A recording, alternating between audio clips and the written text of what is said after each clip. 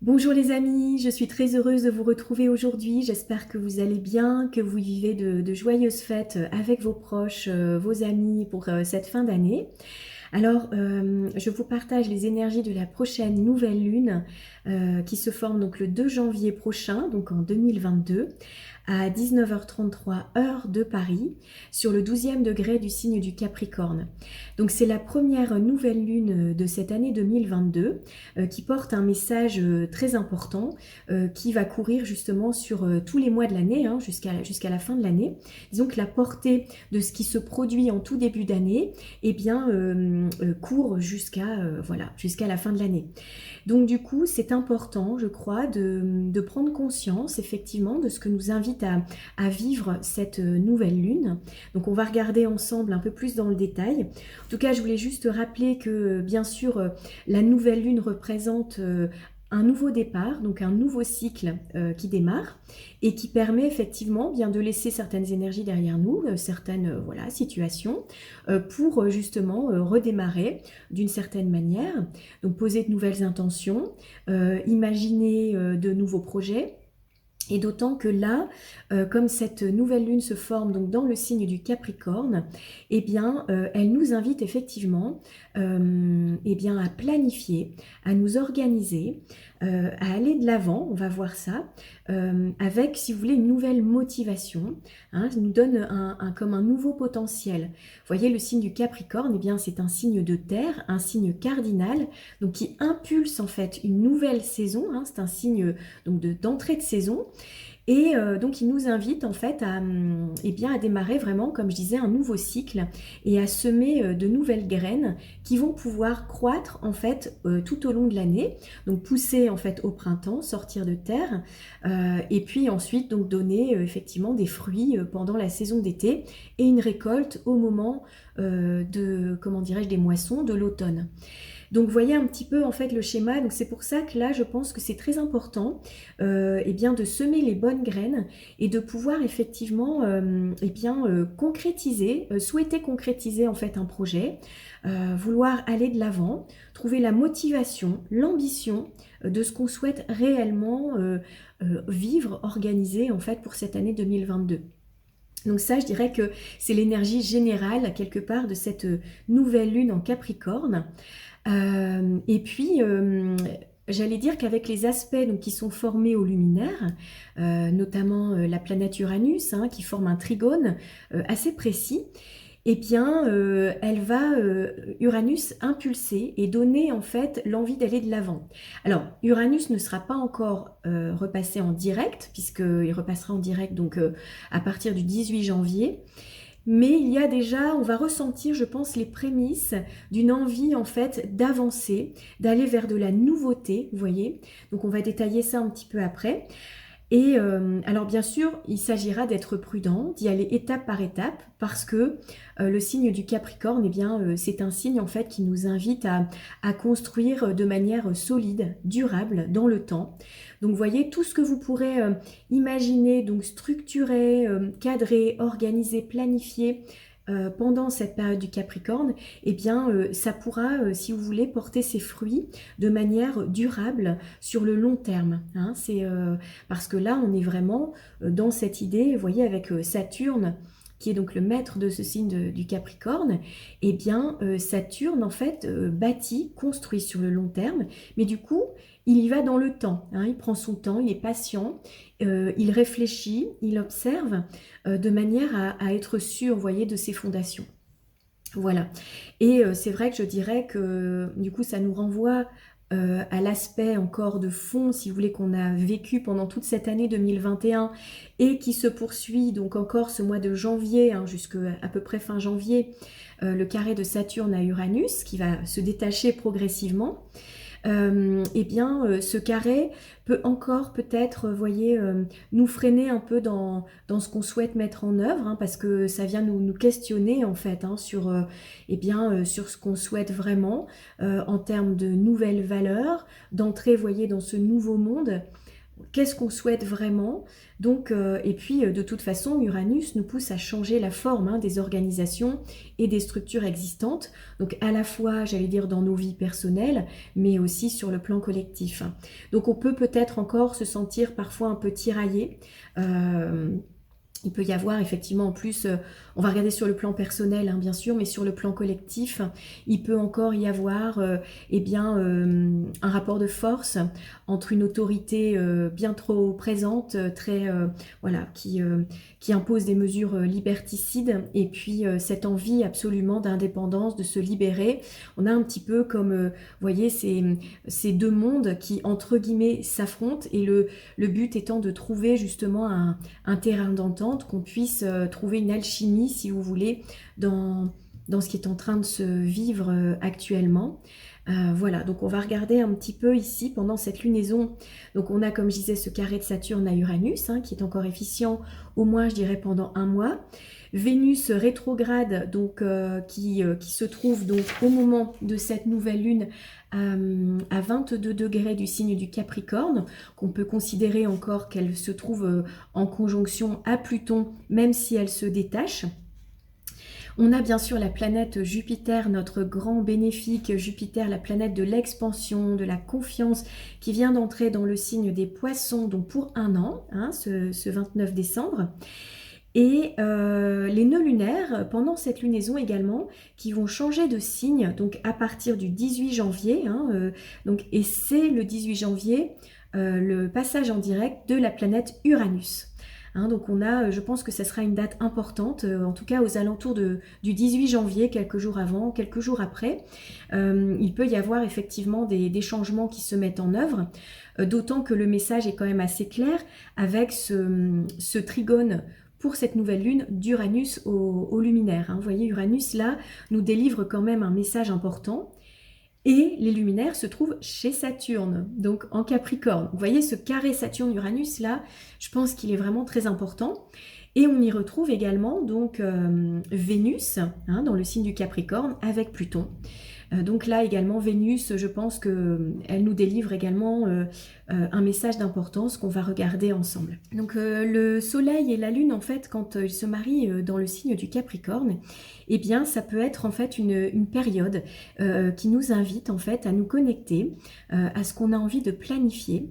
Alors on parle souvent des bonnes résolutions justement au moment de la nouvelle année. Bon, c'est pas un hasard, hein, le Capricorne, il a envie de prévoir. Alors après, c'est vrai que les résolutions, souvent, c'est quelque chose qu'on ne tient pas forcément, qui n'est pas vraiment très solide ou qui n'est pas très ancré, en fait, justement, dans ce qu'on a envie de déployer tout au long de cette année. Et je crois que là, l'invitation serait de vraiment poser les choses, prendre un temps, quelques heures, une demi-journée, pour pouvoir eh bien, déterminer clairement quels sont les objectifs qu'on a envie de mettre en place pour pouvoir réussir, justement, dans la concrétisation d'un projet. Bien souvent, le Capricorne nous parle effectivement du monde plutôt professionnel, de la vie sociale. Vous voyez, il correspond donc en fait à la maison 10, au milieu de ciel. Donc c'est un signe qui va nous donner en fait envie d'atteindre des sommets, des nouveaux sommets en fait, hein, de pouvoir grandir, de croître. Et du coup, pour réussir, c'est vrai que l'invitation est quand même de poser en fait des objectifs vraiment concrets sur le papier. Alors je vous inviterai, je dirais, à le faire au moment eh bien de cette nouvelle lune. Alors souvent, on dit que le jour de la nouvelle lune, c'est pas forcément conseillé de poser ces nouvelles intentions ou ces nouveaux objectifs parce que, vous voyez, la lune ne se distingue pas dans le ciel. En fait, elle est encore, comment dire, elle n'est pas éclairée par le soleil. Donc on recommande en général d'attendre 2 jours, de commencer à percevoir, vous voyez, un premier fin petit croissant de lune.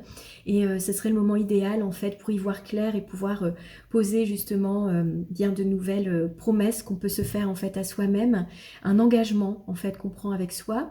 C'est vrai que le signe du Capricorne, je dirais que c'est ça, hein, c'est eh bien être plus responsable, avoir envie de prendre plus de responsabilités, de s'engager. Il y a une notion de fiabilité, vous voyez, de solidité en fait et d'ancrage. Donc c'est vraiment l'occasion de bâtir de nouvelles structures et puis sur des bases solides. Et puis on va voir aussi que effectivement ça peut porter sur le long terme, hein, parce que le signe du Capricorne, c'est ça, c'est un signe en fait eh bien, qui correspond au temps, hein, donc ça peut effectivement s'inscrire en fait dans le temps. C'est pour ça que peut-être l'idée serait de se poser, de s'isoler, voilà, pour vraiment prendre le temps pour soi, de se donner cette valeur-là en fait à soi-même, vous voyez, pour pouvoir eh bien, faire un travail pour soi cette année, en 2022. Ça peut être dans toutes sortes de domaines, ça peut être pour le travail ou juste pour soi-même. Mais je dirais que c'est comme on est, si vous voulez, à un tournant en fait en termes d'énergie, de prendre le temps de le faire là. C'est ouais, de prendre la bonne direction. Voilà. Alors après, c'est vrai que Uranus, eh bien, forme un trigone au luminaire qui se trouve en Capricorne. Alors Uranus n'est pas encore en phase directe, il est encore rétrograde jusqu'au 18 janvier, mais il va quand même donner, je dirais, une impulsion qui va donner en fait envie de voir les choses autrement, d'aller de l'avant, d'oser, de, comment dirais-je, pouvoir entrer dans une action originale qui change, qui sort un peu des sentiers battus. Et puis surtout, avec des nouvelles valeurs, parce que Uranus, là, dans son carré à la planète Saturne, eh bien, dans le signe du Taureau, donc le signe de nos valeurs, en fait, de notre rapport à la Terre, de nos possessions également, principalement, eh bien, il nous invite en fait à revisiter la manière peut-être dont on entre en action et à revisiter en fait les projets qu'on pourrait être amené à construire. Donc je pense que là, Uranus en fait, c'est la planète bien du changement, du besoin de liberté, d'indépendance, la planète également qui nous relie ben, à la fraternité, aux communautés, aux groupes.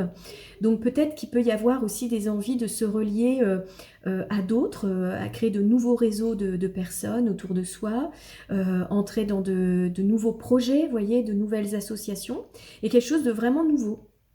Donc, et je pense que d'ailleurs pendant la lunaison, quand Uranus, donc à peu près au moment de la pleine lune, va repartir en direct, eh bien ce sera peut-être le moment justement où tout ce qu'on aura semé en début de lunaison, vous voyez, à cette nouvelle lune, eh bien avec donc le message d'Uranus hein, en trigone, eh bien au moment de la pleine lune, il va pouvoir y avoir vraiment des choses qui démarrent, vous voyez, avec Uranus qui repasse en direct. Donc c'est pour ça que je pense que c'est important vraiment là de poser les choses. Bon, j'insiste un petit peu, hein, mais voilà, je pense que c'est le message en tout cas que je perçois. Et puis bien sûr après, alors ça c'est pour le plan personnel, après sur le plan collectif, ce carré de Saturne à Uranus peut réveiller un sursaut encore d'autorité imposante, on le voit de toute façon hein, dans l'actualité là.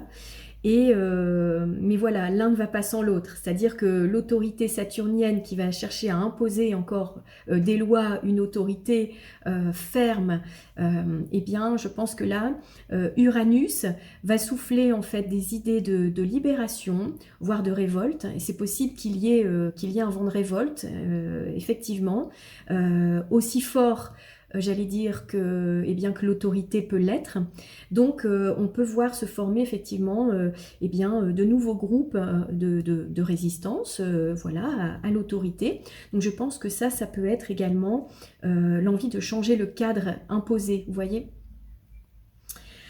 Voilà, donc ça, c'est le message, je pense, important d'Uranus. Et puis, donc quand on regarde Uranus en taureau, on va voir donc la maîtresse du signe du taureau, donc qui est Vénus, et qui actuellement donc, se trouve également en Capricorne. Donc vous voyez un peu les correspondances là entre planètes qui se livrent des messages et qui travaillent de concert ensemble. Là, donc Vénus est en phase de rétrogradation, donc Vénus rétrograde à peu près donc, tous les 18 mois, et elle a entamé donc sa phase de rétrogradation le 19 décembre, et ce donc jusqu'au 29 janvier 2022.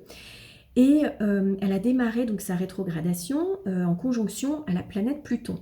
Donc on dit qu'en fait, Vénus, qui est la planète eh bien, de nos systèmes de valeurs, de nos relations, qu'elles soient amoureuses, amicales, donc de l'amour hein, en général, de la manière dont on se valorise également soi-même, Et puis c'est la planète de nos possessions également, du rapport à la beauté, à l'harmonie, à la paix, vous voyez, à l'amour. Donc Vénus, c'est tout ça. On a vraiment besoin de Vénus dans nos vies. Vous voyez, c'est elle qui crée le lien en fait, les liens d'amour, les liens d'affection. Et donc Vénus a démarré sa rétrogradation en conjonction à Pluton. Alors Pluton qui est en fait la planète de la transformation, de la métamorphose, qui vient purifier, qui vient nettoyer pour être justement, pour s'alléger et aller à l'essentiel de notre être finalement et se rapprocher du message de notre âme, vous voyez. Et en fait là, Vénus, en ayant donc son premier passage sur Pluton et en rétrogradant sur Pluton, eh bien, elle est plutonisée en fait, c'est-à-dire qu'elle reçoit les messages très puissants. Elle reçoit également la puissance de Pluton. Et donc, voilà, elle a un message qui va la pousser en fait à réfléchir, qui va donc nous pousser à réfléchir, parce que les planètes sont en nous, hein, elles vibrent en nous. C'est vraiment l'invitation de revisiter en fait nos systèmes de valeurs, reconquérir notre pouvoir personnel. Elle nous invite en fait à aller vers plus de lucidité et sans se mentir, vous voyez, de regarder vraiment pourquoi aujourd'hui on arrive en fait à la crise en fait qu'on est en train de vivre, hein, tout simplement. Qu'est-ce qu'on a pu finalement mettre en place ou accepter depuis des décennies, hein, puisque tout ça en fait c'était préparé depuis longtemps. Tout ce qui arrive maintenant, c'est la conséquence de tout ce qu'on peut vivre depuis des décennies en fait. Donc qu'est-ce qu'on a accepté, quel a été notre rapport à notre valeur, à notre pouvoir personnel, et puis également bien le rapport aux possessions, vous voyez, aux valeurs du taureau, à la terre, à la nature, aux différents règnes, donc aux animaux, aux végétaux, aux minéraux, et donc à notre rapport à la protection, au respect de l'environnement, de la terre, vous voyez. Qu'est-ce qu'on a pu accepter, vous voyez, ou parfois on a même été contraint d'accepter, c'est pas... mais aujourd'hui, quel est notre choix? Vers quoi on a envie d'aller? C'est ça le message d'Uranus et puis de Vénus plutonisée en fait. Qu'est-ce qu'on a envie de mettre en place comme nouveau projet basé sur des nouvelles valeurs en fait dans notre vie? Quel est notre rapport aux technologies, à la science et donc à la nature? Vous voyez, c'est vraiment ça. Je crois que là, ça nous invite à vraiment, cette phase de rétrogradation de Vénus, à aller à l'intérieur de nous, à revisiter pendant quelques semaines en fait, eh bien ces valeurs. Voilà. Donc c'est un travail très très important et puis aussi donc sur le plan personnel, hein, bien sûr, ça nous invite à aller réfléchir sur nos talents personnels, sur voilà, nos dons, comment on peut contribuer en fait, hein, de manière responsable dans des nouveaux projets, pourquoi pas. Quel est nos dons justement, qu'est-ce qu'on peut mettre en valeur aussi pour nous-mêmes dans notre créativité, vous voyez, dans notre vie au quotidien. Et puis je dirais que j'ai envie d'ajouter un message par rapport donc à cette Vénus rétrograde. Ça fait beaucoup de choses, mais c'est vrai que c'est tellement riche en fait que je sais même pas limite par où commencer. Mais bon, il y a tellement de choses. En fait, Pluton et Vénus ensemble, dans le signe du Capricorne, et Vénus qui rétrograde, c'est également un moment qui nous invite à aller à l'intérieur de soi, pour regarder bien à la fois nos blessures d'âme, nos blessures d'amour en fait, hein, bien celles qu'on connaît, bien sûr les blessures principales, et bien de rejet, d'abandon, de trahison, d'humiliation, d'injustice par exemple. Ça peut également nous inviter à regarder les liens qui ont été blessés, abîmés, voyez, autour de nous, pour nous inviter en fait à aller en toute lucidité, eh bien, guérir, pacifier, harmoniser, vous voyez, mettre de l'amour et mettre de la guérison en fait dans cette Vénus qui a pu justement être, comment dire, être blessée, vous voyez. Donc là, c'est l'occasion également d'aller se pencher sur une blessure même karmique parfois, hein, qui peut, pour ceux pour qui ça parle, ça peut dater d'autres vies par exemple. Et donc c'est vraiment un chemin peut-être qui nous est invité à vivre pour transmuter, hein, parce que Pluton transforme, métamorphose, aide à transmuter, c'est l'alchimiste qui aide à purifier pour pouvoir être allégé. Et voyez, ça nous renvoie au carré donc de Saturne à Uranus, qui est un carré décroissant, qui nous invite en fait à nous libérer, voyez. Parce que si on a envie de libérer tout ce qui se passe à l'extérieur de nous, qui est la prolongation de finalement ce qu'on est à l'intérieur, ça passe aussi peut-être par une libération à l'intérieur de nous de tout ce qui n'est plus nécessaire, essentiel, pur, sain, vous voyez. Donc il y a voilà, certainement un travail comme ça qui nous est invité de faire si on a envie en fait, voilà, tout simplement. Alors Vénus, eh bien, pendant également son passage rétrograde en Capricorne, là, 22 degrés, pendant cette nouvelle lune, elle forme donc un beau sextile à la planète Neptune. Alors Neptune, en fait, eh bien, c'est le baume universel, c'est l'inspiration divine, c'est le rêve, c'est vraiment comment la planète en fait qui nous connecte à ce qu'il y a de plus élevé en termes d'amour en fait en nous, à notre compassion, à l'idée du pardon. Donc c'est possible que là, Vénus en sextile à Neptune reçoive justement ces très belles énergies qui nous invitent à aller toucher en nous ce qu'il y a de plus merveilleux, de beau en fait en termes de haute valeur autour de l'amour, de la paix, de la réconciliation. Et je pense que là, Vénus, elle peut se charger également des énergies de Neptune pour être en fait très inspirée et vibrer compassion, douceur, amour inconditionnel, beauté, vous voyez, poésie, harmonie. Donc voilà, donc là c'est un très bel aspect en fait. Et ensuite, donc, bien, nous avons également Mercure, donc la planète Mercure, donc qui vient d'entrer dans le signe du Verseau. Alors là, eh bien, Mercure soutient finalement l'énergie d'Uranus qui forme un trigone luminaire. Donc, parce que Uranus donc, est le maître du signe du Verseau, donc encore une correspondance. Et donc Mercure qui est la planète en fait de notre pensée, de notre intellect, du mental, de notre manière de comprendre le monde, de notre communication, notre expression. Et bien en fait Mercure soutient ce travail, vous voyez, d'Uranus. Et là en fait c'est pareil, on peut avoir comme vivre comme eh bien, des prises de conscience, s'ouvrir, avoir une forme d'ouverture d'esprit en fait à autre chose, à la nouveauté, à une nouvelle manière de penser aussi, pourquoi pas. Et il peut y avoir également l'envie de se relier à des réseaux, parce que Mercure, c'est la planète de l'échange, de la communication. Et donc, c'est possible qu'il y ait cette envie eh bien, de communiquer encore plus avec des amis, des réseaux, des groupes, vous voyez, l'envie d'interagir, d'être dans la communication. Pourquoi pas également s'intéresser à de nouvelles idées, de nouveaux apprentissages, c'est possible également. Et Mercure peut également nous tourner vers des questions collectives, hein, parce qu'Uranus, c'est le signe du collectif. Voilà. Et puis Mercure aura peut-être du mal aussi à être contraint. Vous voyez, il aura certainement n'aura pas envie de se sentir empêché, limité. Donc, vous voyez, tout un travail également qui se travaille sur le plan. Un travail qui se travaille. Il y a également un travail sur le plan du mental avec justement eh bien une nouvelle, peut-être une façon un peu plus avant-gardiste de voir les choses, une façon nouvelle de comprendre le monde. Voilà. Alors ensuite, eh bien, nous avons également Mars, la planète de l'action, de nos désirs, de notre manière en fait bien de prendre des initiatives, d'avoir un élan pour nous lancer dans une entreprise.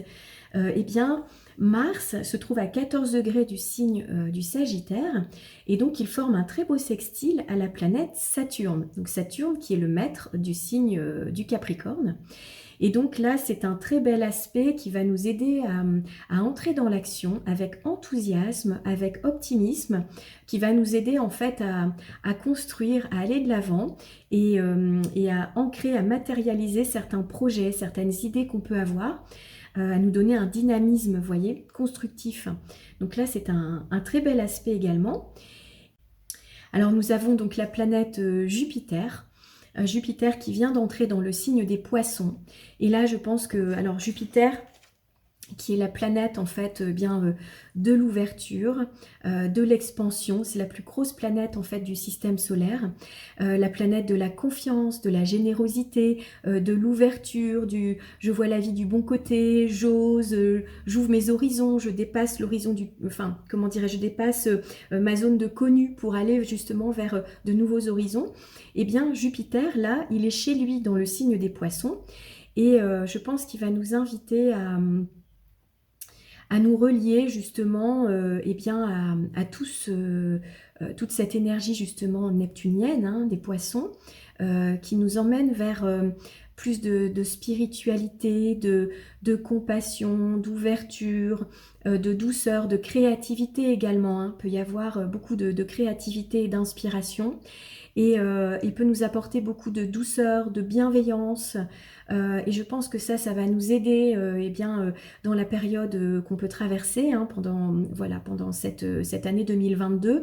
On commence déjà avec un très bel aspect en fait de Jupiter qui va continuer donc son chemin hein, pendant eh bien une bonne partie de l'année donc en Poisson. Il passera également dans le signe du Bélier, mais c'est pas tout de suite, donc on verra ça plus tard. Mais là, en tout cas, il peut nous apporter justement un baume, vous voyez, de la douceur et puis de l'optimisme aussi. Voilà, donc ça, c'est une très belle ressource et un très très bel aspect.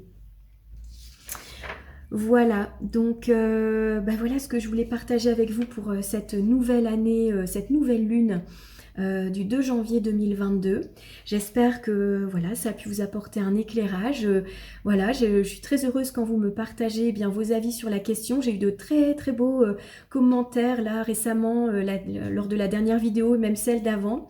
Et je suis très heureuse de pouvoir partager ça avec vous parce que je trouve que ça nous enrichit mutuellement et c'est vraiment chouette. Voilà, je vous remercie infiniment de votre présence, de votre écoute et puis de vos partages aussi de ma vidéo si vous trouvez que c'est juste pour vous eh bien, de la partager. Ça m'aide également eh bien, à me faire connaître et puis voilà, à pouvoir partager avec encore plus de personnes.